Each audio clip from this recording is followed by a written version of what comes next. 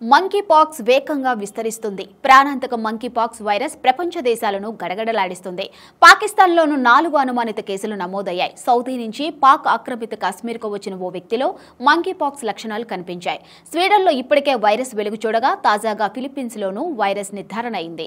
ఈ నేపథ్యంలో భారత్ సైతం అప్రమత్తమైంది. బంగ్లాదేశ్, పాకిస్తాన్ సరిహద్దుల్లోని విమానాశ్రయాలు, ల్యాండ్ పోర్టులలోని అధికారులు ఎంపాక్స్ లక్షణాలతో వచ్చే ప్రయాణికుల విషయంలో అప్రమత్తంగా వ్యవహరించాలని కేంద్ర ఆరోగ్య శాఖ పేర్కొన్నట్లు సమాచారం.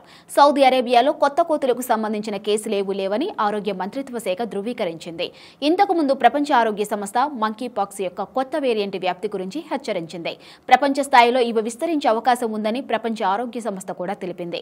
మంకీ పాక్స్ ఆఫ్రికా అంతటా ప్రబలుతుంది. ఆఫ్రికా ఖండం వెలుపల మొదటి కేసు స్వీడన్లో నమోదైంది.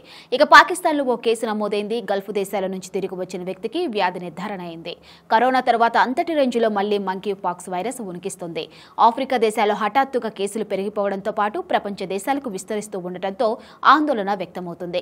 ఈ క్రమంలో దేశంలోని అన్ని విమానాశ్రయాలు, ఓడరేవులు, సరిహద్దు ఎంట్రీ పాయింట్లలోని ఆరోగ్య విభాగాలను కేంద్ర ఆరోగ్య మంత్రి జేపీ నడ్డా అప్రమత్తం చేశారు. ఆయా ప్రాంతాల్లో పరీక్షా ల్యాబులను సిద్ధం చేయాలని, ఏదైనా కేసు వస్తే వెంటనే గుర్తించి తెలియచేయాలని ఆరోగ్య శాఖ అధికారులకు సూచించారు. ఈ వ్యాధి వ్యాప్తి చెందకుండా నియంత్రించడానికి ముందస్తు చర్యలు తీసుకుంటున్నామని కేంద్ర ఆరోగ్య మంత్రిత్వ శాఖ కూడా తెలిపింది.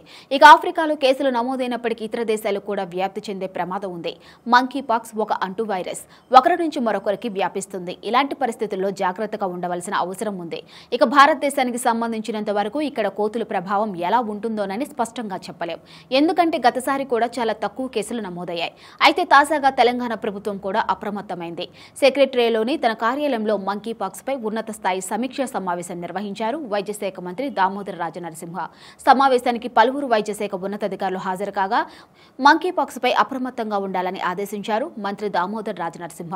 మంకీ పాక్స్ వైరస్ పై ముందస్తు నివారణ చర్యలకు సంబంధించి అధికారులను ఆరా తీయగా దేశంలోని పరిస్థితులను మంత్రికి వివరించారు అధికారులు. తెలంగాణలో ఇప్పటివరకు ఎలాంటి కేసులు నమోదు కాలేదని వెల్లడించారు.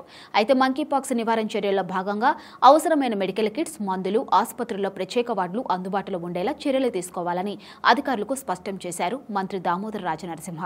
మంకీ పాక్స్ వల్ల ప్రజలు భయపడవలసిన అవసరం లేదని, హైదరాబాద్లోని గాంధీ ఆసుపత్రి, ఫీవర్ ఆసుపత్రిలో ప్రత్యేక వార్డులు అందుబాటులో ఉంచేలా ముందస్తు చర్యలు తీసుకుంటున్నట్లు తెలిపారు మంత్రి. ఇక తెలంగాణ వ్యాప్తంగా అన్ని జిల్లాల ప్రభుత్వ ఆసుపత్రుల్లో మంకీ పాక్స్ వైరస్ కు నివారణ మందులు, అవసరమైన కిట్స్ అందుబాటులో ఉంచాలని అధికారులను ఆదేశించామన్నారు. మొత్తంగా మంకీ పాక్స్ చాపకంది నీరులా వేగంగా వ్యాపిస్తూ ఉండటంతో తెలంగాణ ప్రభుత్వం అప్రమత్తపై ముందస్తు చర్యలకు సన్నద్ధమైంది.